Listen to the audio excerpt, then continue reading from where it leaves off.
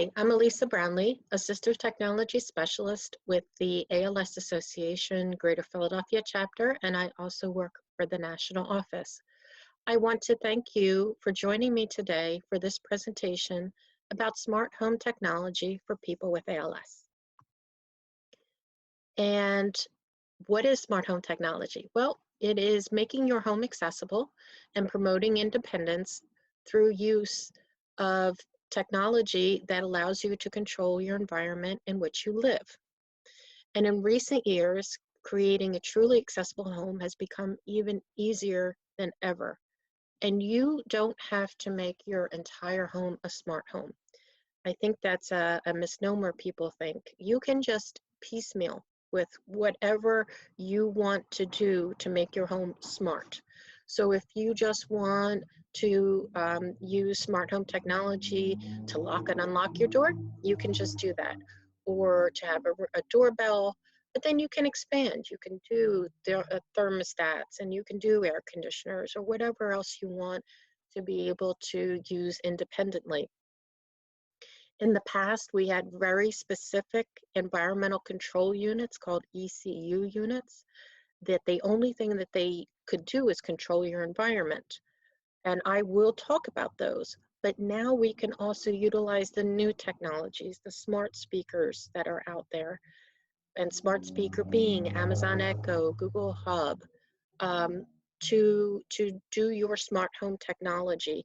You can also use apps on your phone, and you can use special software. So there's lots of things that you can do to make your home a smart home. And for those of you that have a communication device that might have been funded under your insurance, or whether or not you paid for that, you also have a component of that communication device that is dedicated to what's called environmental controls, and that helps you change the television channel, or again, do the thermostat or turn on a light or a fan. So I want to talk about smart speakers. And what is a smart speaker? Well, it's these personal assistant speakers that you will see throughout a lot of people's homes and on television, and you can order them through Amazon or Google. And basically, they are devices that allow you to control your environment, your lights, your fans. They will play music for you. They read books out loud. They keep your schedule. They set timers. I use it a lot when I'm cooking. I'll tell my smart speaker, set a timer for 30 minutes. Or remind me I have a phone call tomorrow, or Zoom. They can control your television, your DVD, or your cable. As I mentioned, you can now lock and unlock your door strictly through giving controls by your voice.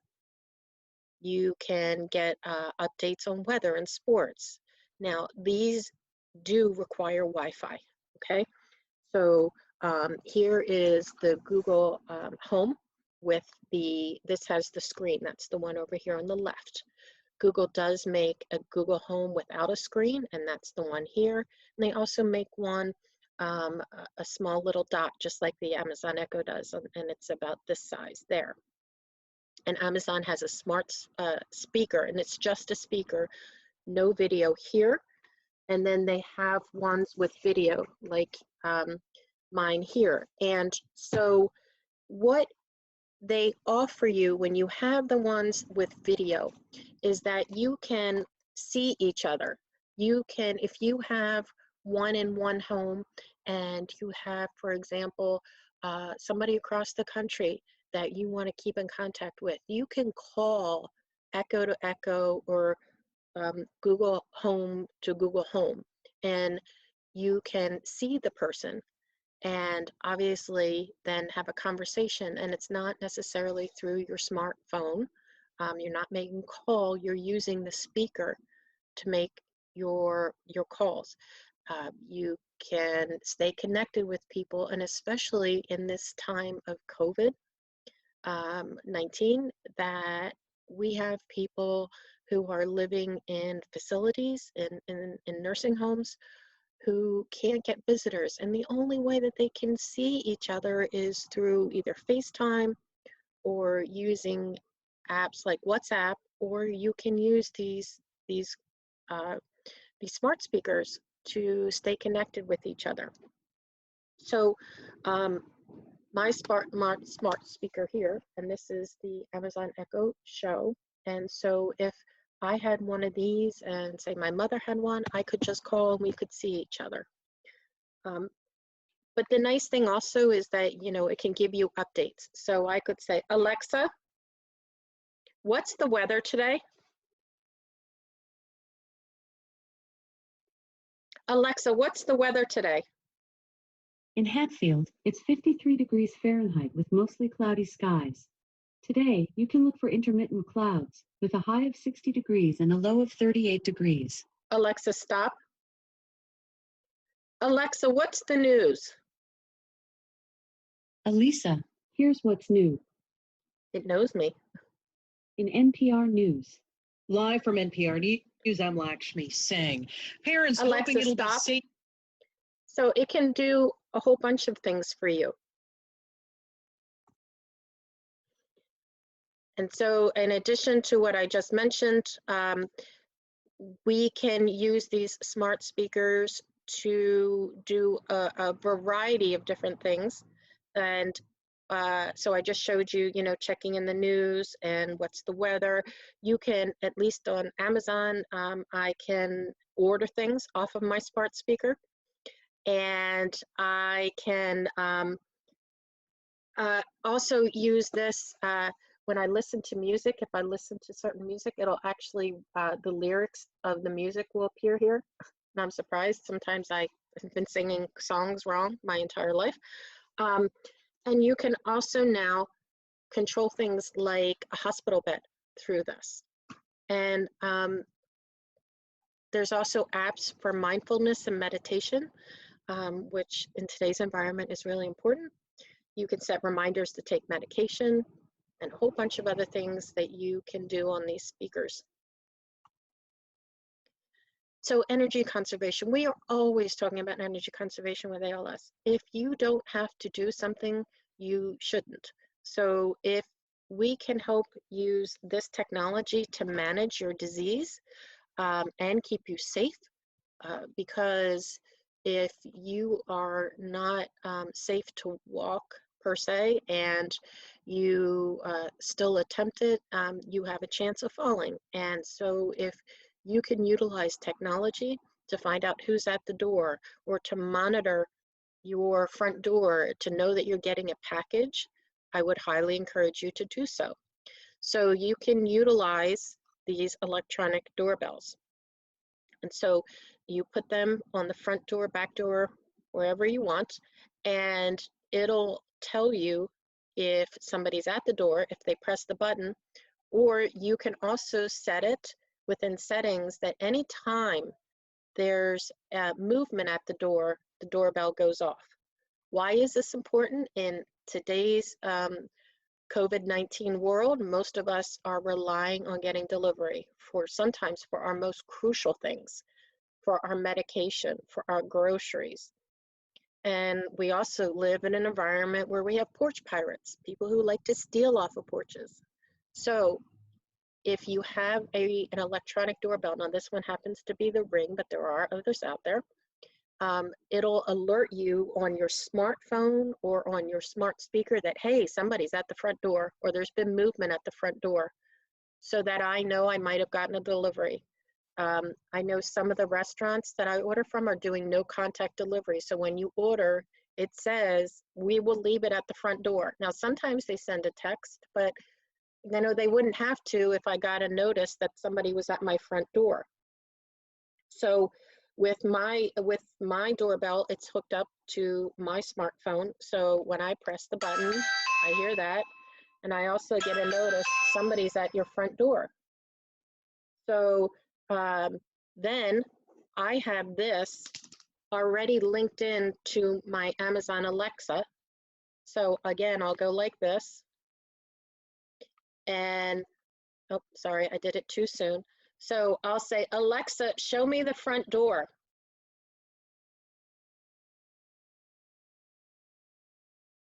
Alexa, show me the front door. Okay. And so then there it is. Oops. Getting a lot of feedback because we have the two of them here. But the Ring doorbell is looking up at my ceiling. Alexa, stop. So this is a really good way in today's environment to protect what is on your front doorstep and make sure that you know you got a delivery and make sure nobody is picking it up for you that is not supposed to. You can also, of course, use this to to know that a home health aide is at your front door, or a visiting nurse, or anybody else who might be coming to visit you. And so these are just the different ones that this is the Nest I mentioned. There are others besides the Ring doorbell, the one I have in front of me. And you can actually buy them as a kit. And this is the kit that you can buy from Amazon. And also I've mentioned the ability to unlock and lock your door. So for example, if your loved one is home alone and that person has ALS and you are a spouse or a caregiver that has to go out or go to work, and you need to leave that person at home and they have a home health aide coming, well, now the person with ALS can unlock and lock their door through their smart speaker. And I should mention that it doesn't matter if you can't verbally speak, you can still use these smart speakers. These speakers will listen to any voice, whether or not it's my natural voice or it's a voice coming out of my tablet or my smartphone. So I have an app open right now, a communication app. It's called Co-Writer. And one of the things that I have stored in here are some of the commands to give to Alexa.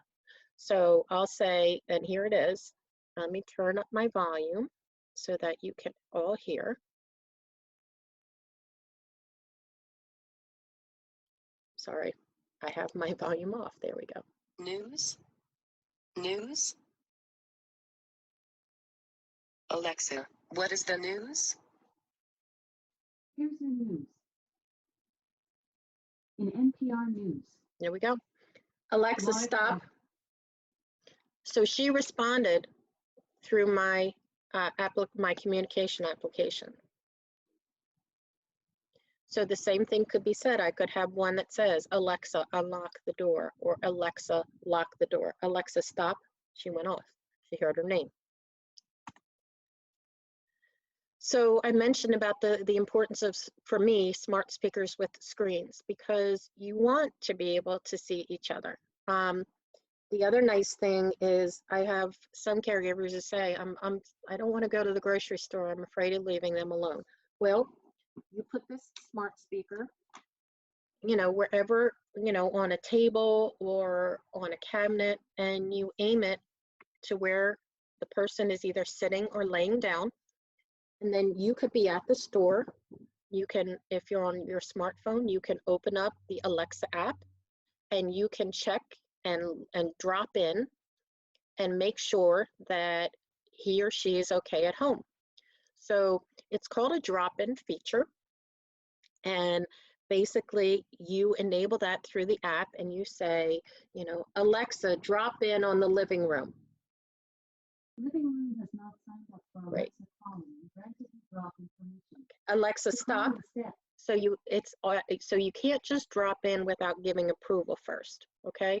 But once I set it for approval, when I say drop in, I would get a screen, and the screen is blurred for about 10 seconds, and it does alert somebody, hey, somebody's dropping in. And then I can see them from wherever they are. So from the grocery store, I can drop in and make sure that they're okay, that they haven't, they haven't moved, or they're not in times of distress or anything else, or they haven't fallen out of a chair, or gotten repositioned to a point of pain. And so it alleviates my anxiety of leaving somebody alone. And I did also mention that you can stay connected with people, especially people that are in long-term care, so that they can see each other. And if you're concerned about, you know, oh, how is my loved one going to set up a smart speaker? They don't know how to do that. You can set them up in advance as long as you know the Wi-Fi network password. You can set it up in advance. So say as a granddaughter, she wants to give an Amazon Echo Show, which is the one with the video. She wants to give that as a gift to her grandparents who are in an assisted living facility. As long as you can get the information,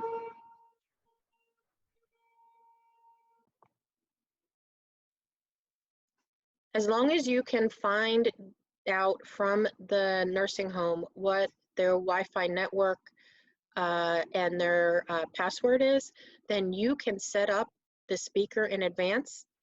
You can put it in the settings.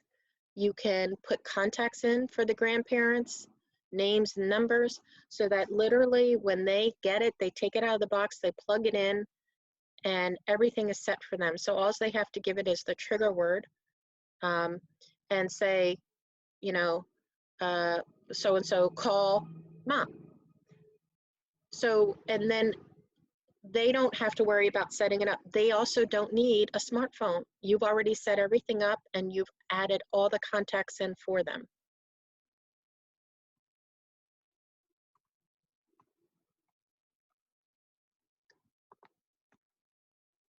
So as I mentioned, you can do environmental controls, fans, lights, thermostats. Also, what I didn't put on here is garage door openers now.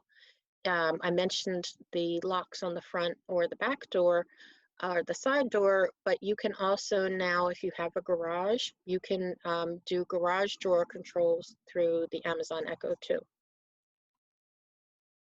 You can change your television channels. So, for example, you can use either a Harmony Hub or an Amazon Fire Cube to change channels on your cable, or if you don't have cable, if you just have regular television, that's fine. If you have DirecTV, you don't need either of these because Amazon has a contract with DirecTV that you can utilize their smart speakers without having to have third-party hardware to do that. But if you don't have DirecTV, you can get a Harmony Hub or you can get an Amazon Fire Cube. So what that means is that I can change the channel through my voice or again through my communication app. And so it can do all the features of a remote control.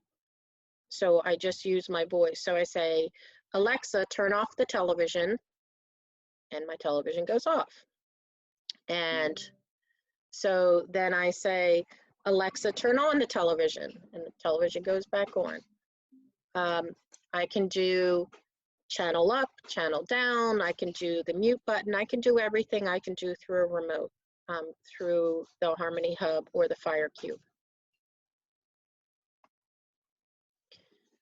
For people who subscribe to Comcast, they do have an accessibility app, and it works not only on tablets and iPhones and Androids, but also on your eye gaze devices, so that you don't have to have anything more than the app to change your television channel using your eye gaze.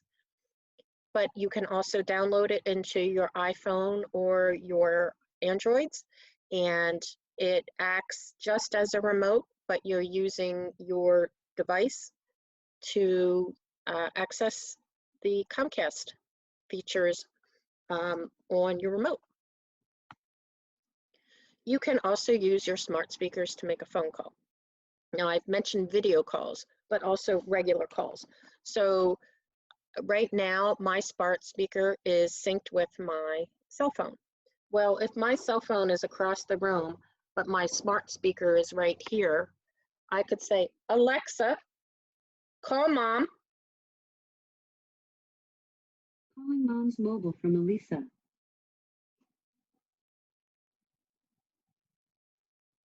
You can see here it says mom.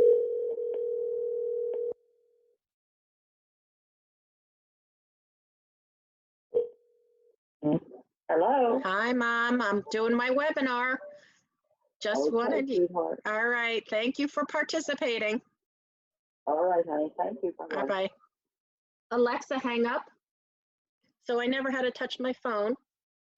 So I could do that if my phone, even if my smart speaker's across the room, I could still make a call. And I can use the hang up feature, which is not something that you can necessarily do just on your smartphone through voice commands. So I mentioned in today's world of COVID with mindfulness, and there's a lot of mindfulness apps that are available on smart speakers that basically just help you. You know, there's Calm, and there's others that you can use to meditate or just to bring some mindfulness to your life. And so, sorry for the ambulance in the background. And it's been proven that mindfulness can improve quality of life and reduce anxiety and depression. And I think that's really important in today's world. So I mentioned at the beginning, I was going to talk about dedicated environmental control units. And so I'm just going to run through some of them with you. So an environmental control unit, also called an ECU, enables persons with physical disabilities to participate in a broad range of everyday activities at home and at work and in classrooms. Now, environmental control units can be home automation, they can be iPad apps, or they can be independent units. Now, these are not covered under medical insurance, and I should mention neither are smart speakers. So home automation for people with ALS, you want to consider the access method. There are tablets and touch screens that are only available through hand function, but there are others that are available through switch functions. And basically, a switch is a device where we put it on the body where there's muscle movement, and it sends a current to the machine. So say I had a switch here and I hit my switch, and on this tablet, it would start scanning row, row, row. I hit my switch and it goes column, column, column until it comes to the icon I want and I hit my switch. So these are, most of these are available through touchscreen, but also are switch accessible. So this is by Say Technologies. It's called a Pocket Mate, and you can see it's quite a bit of money at $4,000, and it does have some voice or switch activation. And it controls over 250 functions, and that includes lights, appliances, beds, doors, and television functions. And then you wanna, if you wanna mount it, you put it on the gooseneck here. And a gooseneck is just a pliable mount, so you could put it in any position that you want.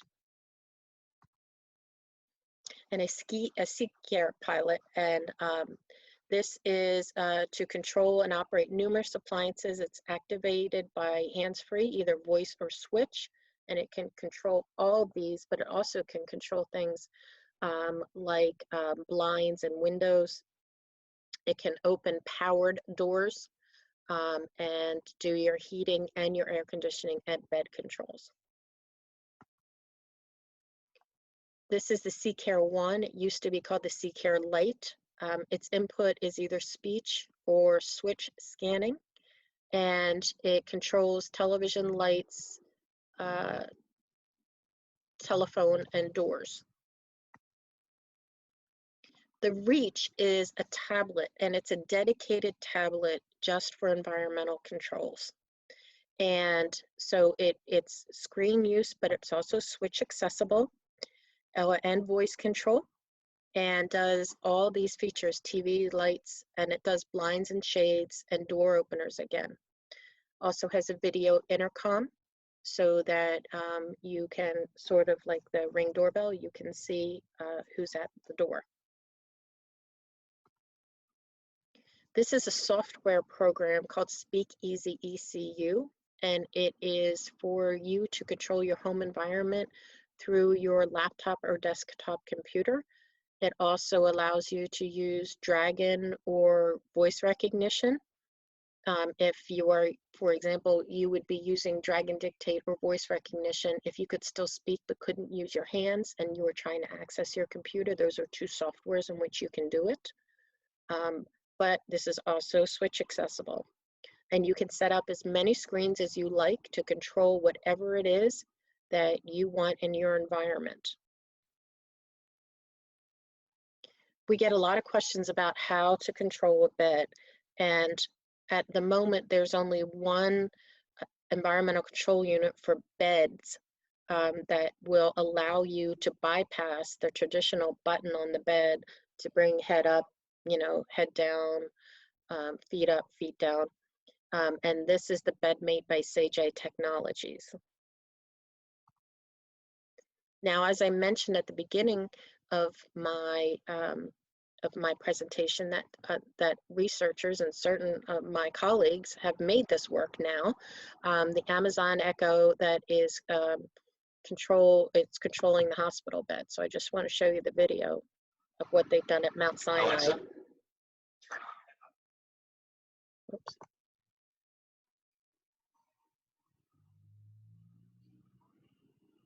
Alexa. Here's Head Down by Bernard Furia, featuring Tom Alexa, stop. Alexa.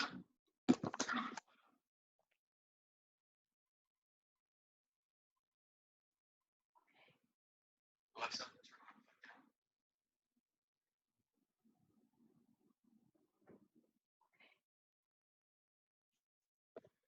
So that's really exciting what they're doing in using voice technology to operate a hospital bed, because as I mentioned, it is an issue with many of our folks, and they really have been asking for this technology to be developed, and Mount Sinai is working on that, as you can see. So there are environmental controls embedded in communication devices. They're called IR controls, and they are a separate program that is included. So this is just the home page of a communication device. And so you can see here, this says chat and email. And so you would have one specifically for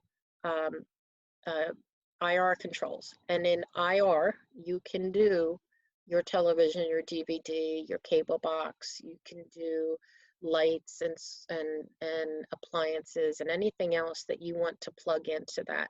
So that's already embedded in your communication device, should you have one. Now, some people will say, you know, I'd like that, but it's a little problematic to program in a communication device. And I'm just going to instead buy that smart speaker, and I'll program phrases in my communication device that say, you know, Alexa, turn on the TV.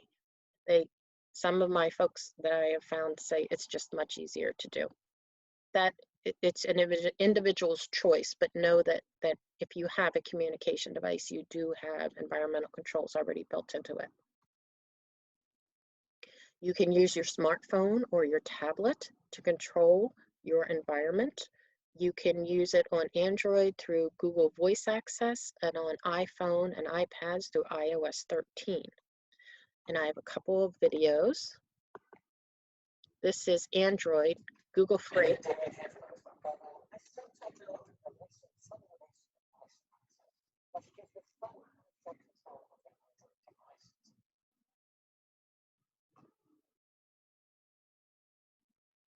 If you don't quite understand the benefits of this system, then you know it's someone else trying to get some information, suffering from some form of mobility, and potentially affects their whole life.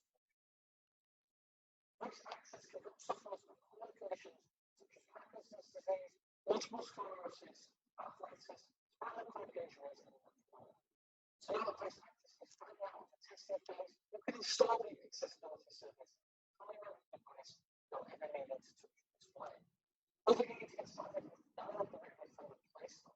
This ease of access means that you could get millions around the globe the ability to get download from your smart devices. Using simple keywords or on-screen algorithms, you can control absolutely every aspect of your device with precision. Beyond that, voice match is also used to ensure that the only person able to control a device while serving voice access. This combination means you only need to say, Google, to control a device that needs to balance. allowing you to open apps, navigate across screens, and edit text in a more interactive way. There are a few of the common ones that you can potentially use. You can navigate in a screen by seeing the app. You can interact with the code screen by saying next or scroll down. You can edit text and dictate by saying type hello or replace coffee and tea, for instance. You can even access voice control by saying what can I say. Beyond that, you can stop voice access anytime by saying stop listening. So that's an example of what you can do with Google and an Android phone. And you can then, if you had your home automation app on there, use that same Google Voice Access to operate your app for home automation. And you can do the same thing on Apple products on iOS 13.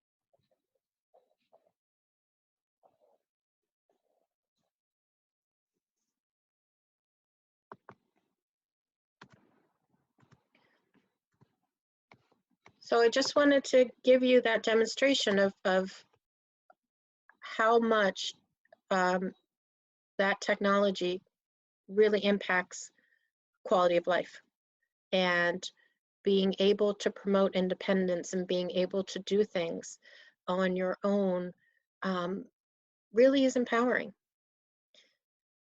So I also want to wind this presentation down for people who don't have Wi-Fi. I sometimes get these questions because, believe it or not, we do have a lot of people in the country, and I think I have it on the next slide, that's right. 60 million urban Americans don't have access or can't afford broadband internet, and 23% of people in urban areas don't have access or can't afford broadband. So, you know, 35% of those living in tribal lands don't have internet access at all. So what can we do if you don't have Wi-Fi? Well, there are environmental control units that work without Wi-Fi, and they're called Zwave devices. Now, Zwave do require a computer, and the computer has to be on. But there are other devices that don't require a computer, that just require a hub, okay? And so Z-Wave devices link up and make a network, and that network can run up to like 250 or over 200 devices. So lots of different Z-Wave devices, and I want to show you a video because people say, well, what does Z-Wave is? Well, this explains what Z-Wave is.